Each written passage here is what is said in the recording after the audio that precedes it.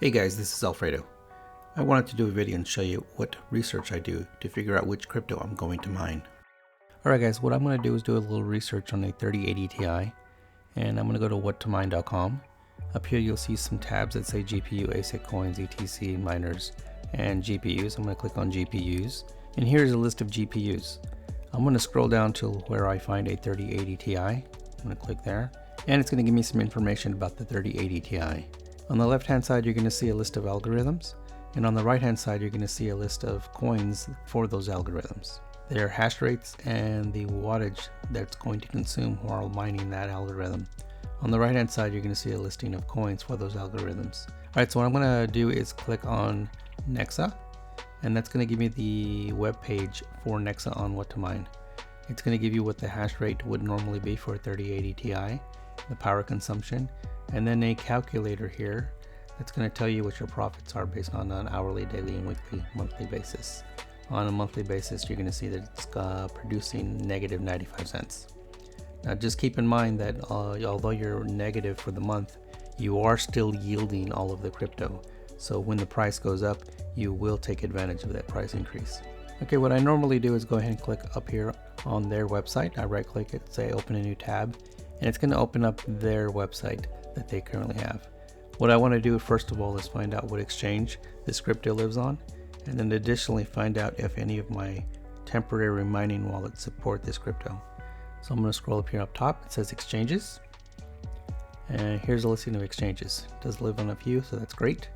I do use trade order, so what I'm going to do is right click that one, say open up a new tab, and take a look. I'm getting an error message. Let's find out why I'm getting an error message.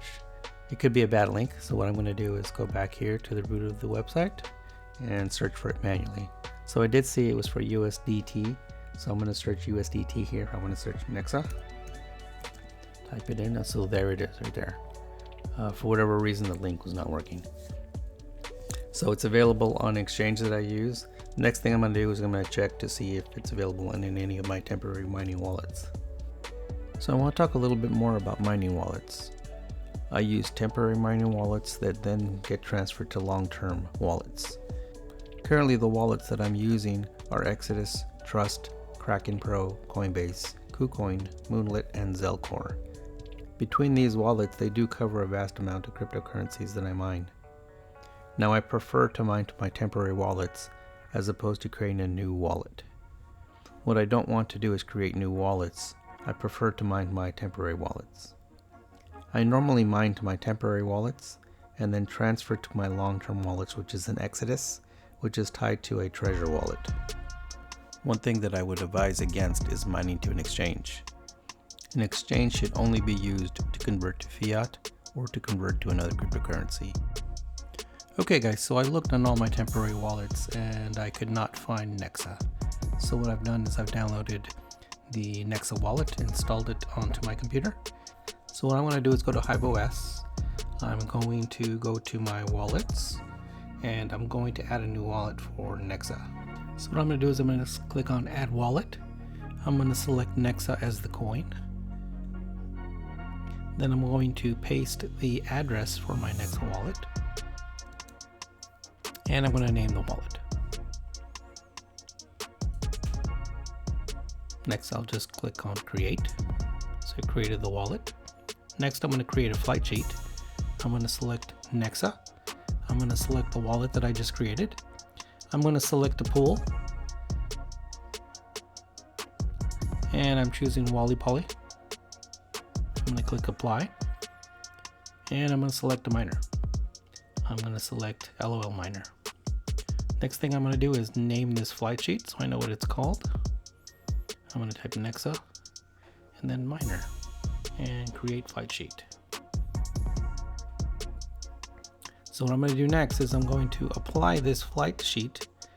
So I'll click on workers, I'll select the 3080 rig, and then what I want to do is click on flight sheet and then select the new flight sheet that I created. I want to click on the little icon that looks like a rocket, and now it's applying that flight sheet.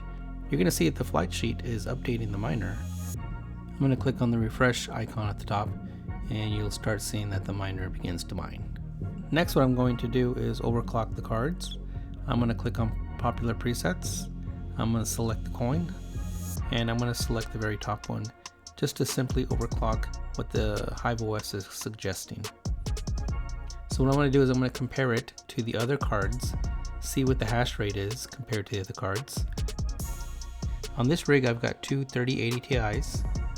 Now I'm going to compare the first 3080 Ti that I applied these settings to with the second 3080 Ti.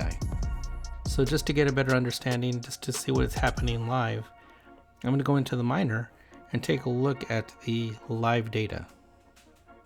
As you can see, I applied the overclocking to GPU 0, which should be the very first one that's listed.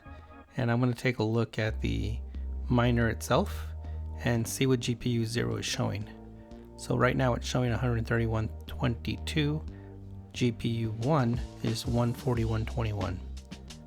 So at the moment, it looks like the overclocking is actually not working as well as that second setting that I have. So I'm going to let it run for a few minutes and do a comparison between the two overclockings. Alright guys, what I'm going to show you is that the overclocking from HiveOS is not producing as many megahash. If you take a look at the HiveOS overclocking, it is pulling 286 watts, and the configuration that I have is pulling 294 watts, although my hash rate is 142.1. But I'm going to go ahead and change the overclocking to match the higher hash rate. So as you can see, it's 200, 1500, and 295, so that's what I'm going to change here. I'm going to click on the overclocking setting. I'm going to put 200. I'm going to put 1500, and I'm going to put a power limit of 295. I'm going to go ahead and click apply, and you'll see that the configuration has changed for those miners. I'm going to go ahead and hit refresh up here.